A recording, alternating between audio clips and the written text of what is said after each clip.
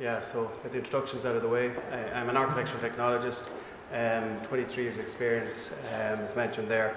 So I kind of mainly worked on the architectural side for most of my career, and went back to college at DIT to do a Masters in Energy Retrofit Technology, and through that and various BIM training, I joined a construction company on a cross-border project with Queen's University implementing BIM, and again through that joined the Quinn group both on the BIM and technical side of things. So Quinn Building Products, it's a pretty diverse company. We produce a range of products, so this is kind of giving you a kind of perspective on BIM from a product manufacturer's point of view. So Quinn Therm is a PR insulation range. I'll just very quickly run through them. Quinn Light Pack is our EPS, Quinn Light is our aircrete thermal block range, roof tiles, we produce precast which we ship across Ireland and the UK.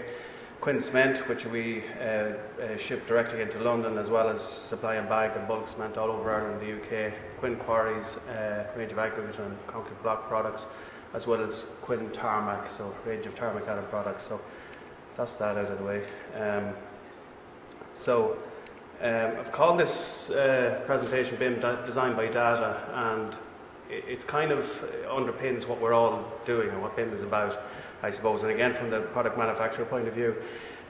So design is a process by which information about a client's needs is translated into three-dimensional physical solutions, and data is information that can be analysed or used in an effort to gain knowledge or make decisions and represented in a form suitable for processing by a computer. So three-dimensional models and whatnot, so it's all computer readable, and that's underpinning everything that we're doing. So although we're producing products, and they're pretty static products in terms of BIM objects, products can be quite complex and dynamic, where description can involve technical schedules comprising many data fields rather than just textual specifications. So as I said there, a lot of the products we actually produce are static, they're part of the construction of a building, but when they are combined with a range of other products, they become quite dynamic in how they perform, both on fire, thermal and a range of other aspects, structural as well. So it creates kind of a challenge for us in trying to translate that through to the design community and construction side of things as well. So I suppose we're all well aware that's mainly done through product data templates, and this is how we translate that information to comply with PAS 11 BIM Level 2 BIM projects, and it presents the data in a manner that allows all that data to be computer readable. We will be following with the Mineral Product Association and Construction Product Association in the UK. They have taken the SIBSI product data templates, and a lot of the product manufacturers would be following that template going forward. Now, just on that note, I'll give you an example in terms of, let's say, our technical team. We would deal with queries on a range of our products. We would get, let's say, from the point of view of what's designed and specified in a building, we're providing information and data to the specifiers and designers. We're also providing information through the construction side of the equation, as well as the in-between people who are selling products. So we could have merchants or hardware stores. And it's very hard to, let's say, you're all probably well aware of the many brochures that goes with that, or if you're trying to find information, you go to the manufacturer's website and you get that information. That information gives you or directs you as to how those various products are meant to be used, what they're tested for, how they're audited, etc. And one of the challenges we have is how do we break all that information that you need down into small little portions of information, which goes into a product data template. And then, let's say with Uniclass, etc., classification codes, they're all coded and characterized. The example being, let's say, our IsoShield PIR insulation, wall insulation, it's a thermal conductivity of 0.022. I got a call in about a month ago from a hardware store. They obviously got a question regarding insulation. So the question I got was, do we have insulation that has a resistance of 22? So the 0.02, which is thermal conductivity, suddenly jumped across into being resistance, and the figure was completely off the charts. So there's a major deficit of knowledge out there in terms of getting the information from the products that are manufactured, specified, designed, and delivered right through the construction. Another example was actually this week where I got the first call. Luckily enough it came to myself because I'm kind of clued in on the BIM side of things, but the hardware store mentioned a product, and it was a product code, and all they knew was that the installation had to comply with this product code, and I recognised it to be one of the Uniclass 2015 codes for PIR installation. Now that was grand. In the past, somebody rings in and we determine that they're not entirely sure what product has actually been asked for. We would ask a number of questions trying to tease out what it is they're actually looking for, to see are they actually looking for the right product, to guarantee that that product is actually sold to the builder to go onto site. So providing that designer who specified that Uniclass 2015 code for PIR installation, provided they knew what they were specifying and insisted on that, all the other information in terms of brochures and everything else that guides people in terms of selecting a product, that's all removed. So in terms of the classification of products, there is a concern and risk there that if you rely on a code for a product, you still need knowledge behind that in order to know that it's the right product for the right scenario or location. Because as we know, if wrong products are specified or not tested properly, tragedies such as what happened over in London and Grenfell can happen. So it's critical that we don't get too, it's important that classification systems simplify things, but it still raises the importance of experience and knowledge in the industry and making sure that's there. BIM modelers or draftsmen can model buildings quite easily, but it still requires that knowledge of all the various design disciplines and construction disciplines to make sure that that is actually done correctly. So I suppose from our point of view, what we've done with BIM over the last number of years, I suppose our implementation is kind of two-stranded. Because we're manufacturing products, we also manufacture precast elements, and that kind of brings us into the contractor side and installation. So we have a range of products which are specified by designers across UK and Ireland to meet a wide range of performance specifications for construction of a wide range of building types. So because we're both in the UK and Ireland, we have both sets of standards to comply with, and it makes it quite complex in getting all that information across. So just to give an example of the volumes we're looking at, in terms of just 3 of our product types, so aircrete blocks, thermal blocks, dense blocks and roof tiles, we manufacture approximately 30 million units per annum. For cement, we produce approximately 1 million tonnes per annum. And again, we have to provide properly validated product data for all of those products and make sure that that is translated across. So from our point of view, the benefits for BIM, we're moving into an age of, I suppose, a digital economy, a whole digital revolution, I suppose, and that allows us to underpin that. So, you know, with advanced data analytics and enabling designers there to produce more effective buildings, it allows us to get that information across into that and join in that whole process. So it also allows us to raise consumer awareness of our products through our BIM object range, and also allows us to expand on what our technical team offers to our customers. And again, it allows, by embracing all of this, it allows us to facilitate projects becoming BIM Level 2 compliant. So basic benefits that we see in what we're doing. So again, in the implementation process was kind of two-stranded. But what the company looked at back, I suppose, came under new ownership in the end of 2014. The BIM mandate came in April 2016, so the management were kind of keenly aware of what was happening in the UK. And the first thing they did was they incorporated BIM expertise, such as myself and others, into the technical team. The technical team within Quinn Building Products is kind of central to the entire manufacturing and all the divisions within the company. So we would address technical issues on all the various different products. So it seemed like a logical place to implement BIM. And from that then, we carried out an assessment of all the divisions, all the markets that they sell into, because they're quite diverse and vary in type, and that allowed us to decide or figure out potentially where BIM was going to affect each of those divisions, whether it was going to affect them at all, or when it was, or how soon it would do so. And that gave us a kind of an idea in terms of where we needed to focus our implementation. So that allowed us to set up our vision for what our implementation goals are going to be for the company, develop a strategy and communication plan to try and deliver that through. And of course, in terms of execution, we've undertaken, especially on the precast side of things, but in general, a whole extensive software review, carrying out trials at the moment and implementing software, as well as we've created a BIM object range and again training people up. So on the BIM object side of things, again, I joined the company just shy of 2 years ago, and at that point they'd actually engaged with the NBS to produce their BIM object library. So they're all produced in accordance with BS 8541 and the NBS BIM object standard, and are all in place. You get them up on our website on the resources section, so you just simply go to resources, BIM object, and as part of that we try to develop that on a little bit further, because again, as part of the technical team, and our BIM objects are, as I said, pretty static. We've kind of played around with it a bit and created what we call BIM object assemblies and BIM object systems. And more came about where on the BIM object system side of things, we're involved in producing installation. So in order to comply with that, you have U-value to comply with in terms of building regulation compliance, but also side values for the thermal bridge junctions.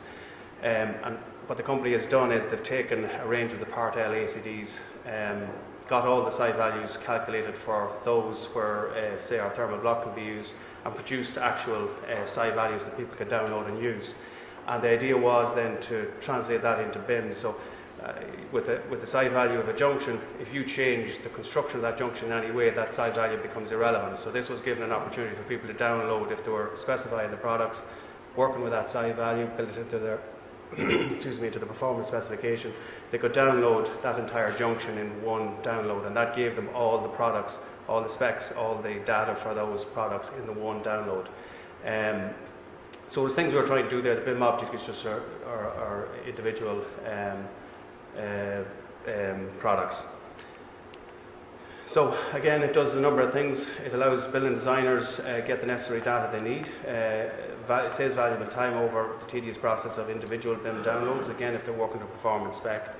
And the BIM object product data is accurate, validated, so they can utilise a range of tasks and COPA compliant. So that's just giving an example of the systems, the Part L ACDs. And again, let's say in terms of these junction, that junction there would match up in terms of the side value calculated. And it just ensures that if somebody is working to performance spec, okay, they might be working through BIM and trying to comply with BIM level 2 as well, but this allows them to comply with the Part L of the regulations. It's just one of the things we're trying to expand upon. So I suppose since 2015, the NBL, we've hosted almost 200 BIM objects there of our product range. We carried out a kind of a trial to assess BIM store and BIM object themselves, and we had a range of our BIM object systems up on both of those platforms to see how they performed. And again, we're ongoing development of a BIM object library. So on the precast side of things, as I said, the implementation within our company was two-stranded for the moment. It'll have more strands as BIM becomes more embedded in the industry. But on the precast side of things, which was probably the more obvious side,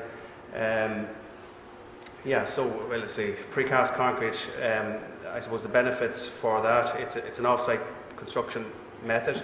It involves the moulding and curing of concrete to a specific shape in a controlled environment and poured into wooden or steel forms with reinforcing bars or pre-stressed tendons incorporated for increased strength.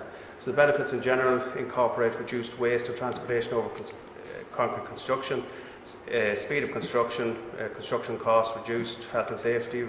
By doing a lot of this in factory, in-house, it means that you're eliminating potential health and safety issues on site, low maintenance, fire resistance, thermal mass, all the stuff you're kind of well aware of. But I suppose in terms of trying to figure out what software would suit with what they do, the precast industry, like a lot of the, let's say, tier 2, tier 3 type contractors, the softwares have been, I think, developed over the years to suit what they do. So they kind of step away from the typical BIM authoring software such as BIM, Revit and ArchiCAD, etc. So the added benefits we've seen with implementing BIM with precast, it allows us, I suppose, very similar to the whole design side of things, you get far more richer visualization in terms of seeing what's happening, and allows decisions to be made a lot quicker. So where our precast engineer would have usually traditionally worked with two-dimensional. He would have been designing the precast based on two-dimensional drawings, but picturing everything in 3D. So I've seen a massive, and he's, you know, commented on in terms of being able to move into the model, move around, and actually see the various junctions going on. And in terms of installation as well, testing all of that before it goes to site. So again, clash avoidance to eliminate issues around size and position of service openings and structural elements. Accurate takeoff, it ensures more accurate cost estimates. So when they're pricing projects, sometimes it's priced based on square meterage, and you would have sales rep on the road that would be doing that.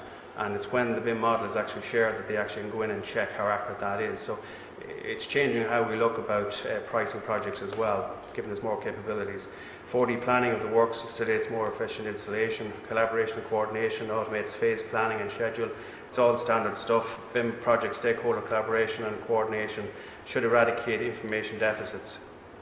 And laser scanning technologies and applications improve accuracy of surveying and setting out.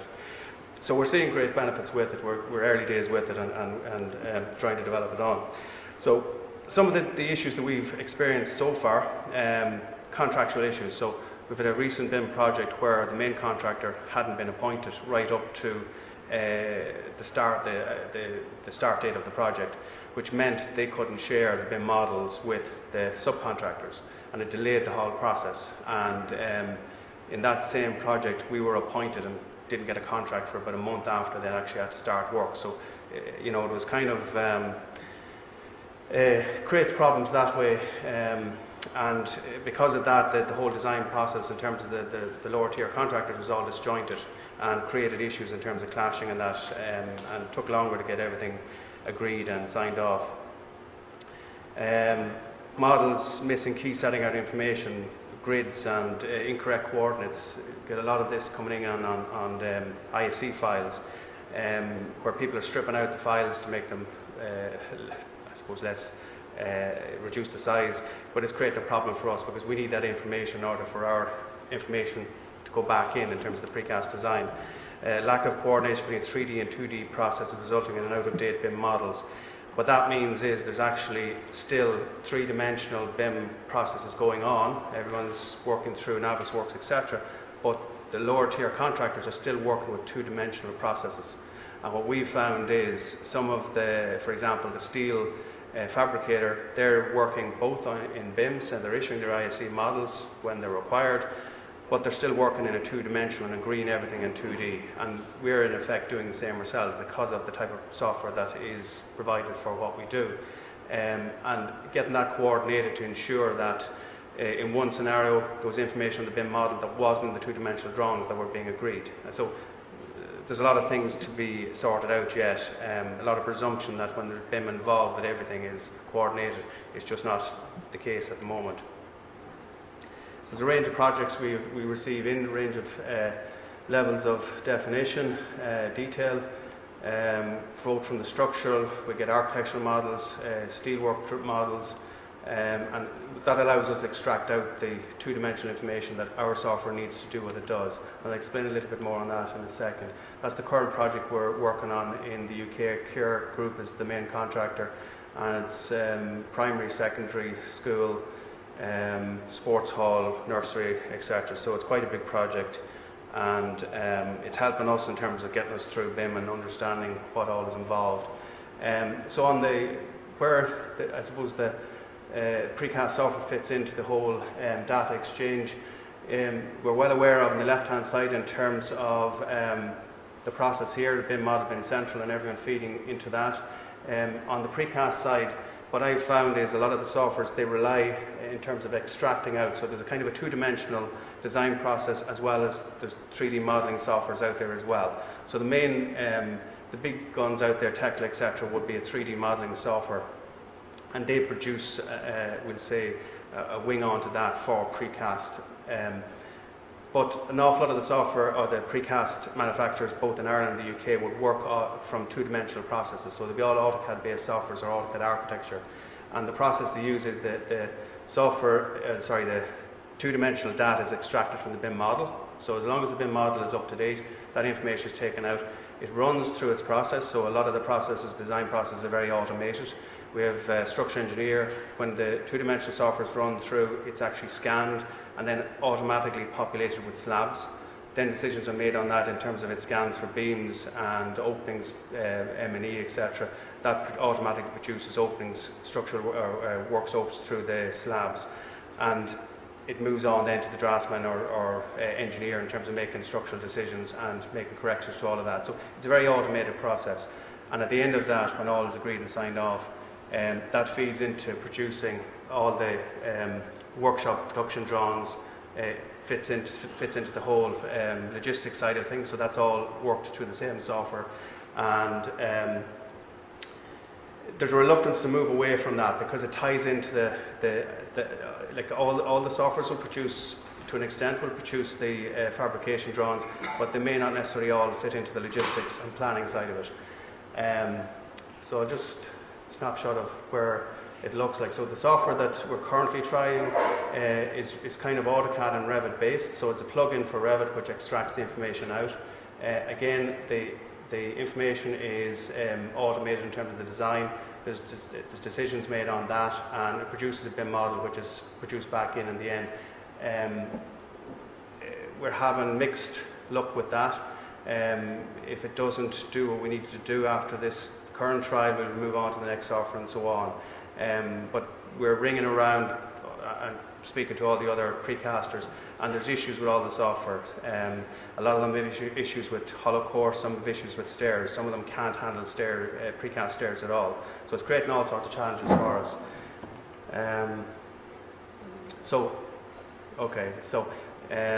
I'll run through that. These are all standard drawings that are automatically produced. Again, this is not manually done, these are all automated. And that's why, again, the software that's there's a reluctance to move directly to a whole new platform, retraining, reprogramming of all this information. So it's quite a big task, but it gives us this sort of strength in terms of being able to move in, work around the model and assess what's going on in terms of what we're producing. What the company's done as well, they've engaged with universities and colleges locally. So we joined up with Southwest College in Enniskillen back in 2016, where they developed a virtual reality program for ourselves. So we were over at EcoBuild in London in March last year, and Southwest College came over and presented what they did. So it allowed spectators to come and sit down and work through the model. I'll just play this model, it's less than a minute long, or sorry, this video, sorry. So just show, let's see, apologies. So this is what you would see through the VR. So it's basically taking you through, which was a passive house at the time, building, and it's just another interactive way of demonstrating our products and letting people experience what the products are about, because products in themselves can be quite boring.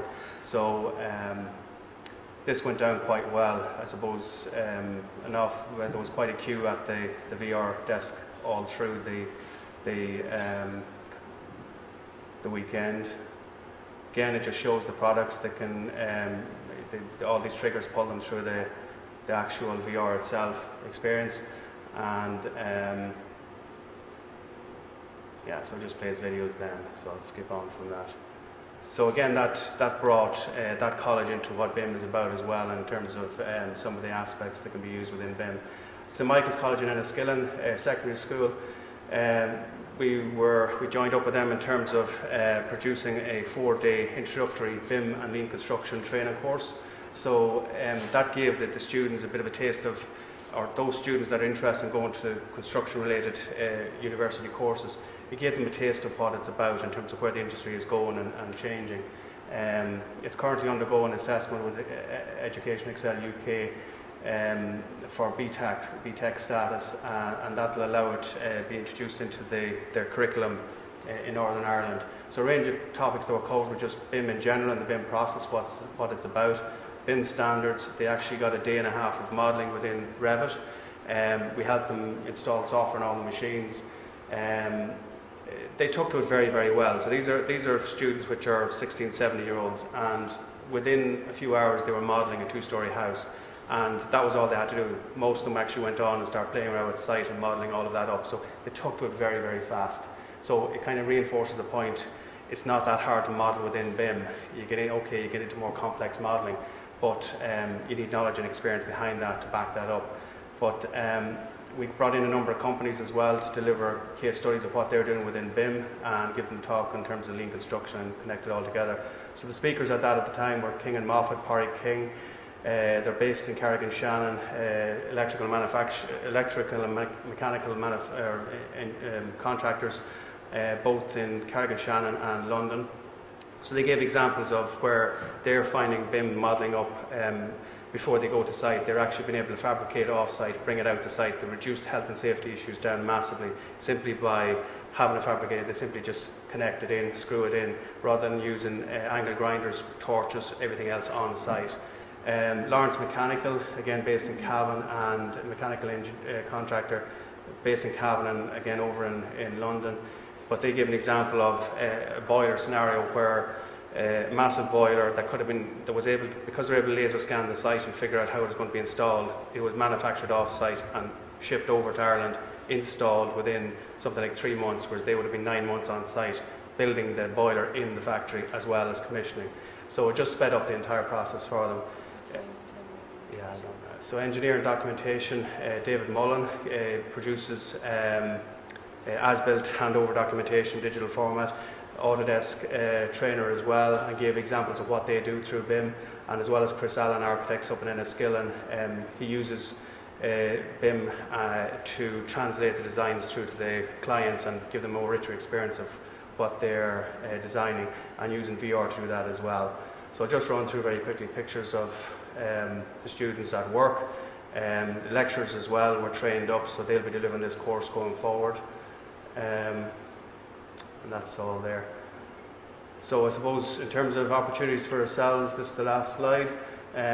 We're supplying roof tiles, insulation and aircrete blocks into some of the largest house builders in the UK, and we have to provide quantity takeoff services for them. So we're looking at using Dynamo to extract data from the BIM model if BIM models are actually used or shared in those scenarios.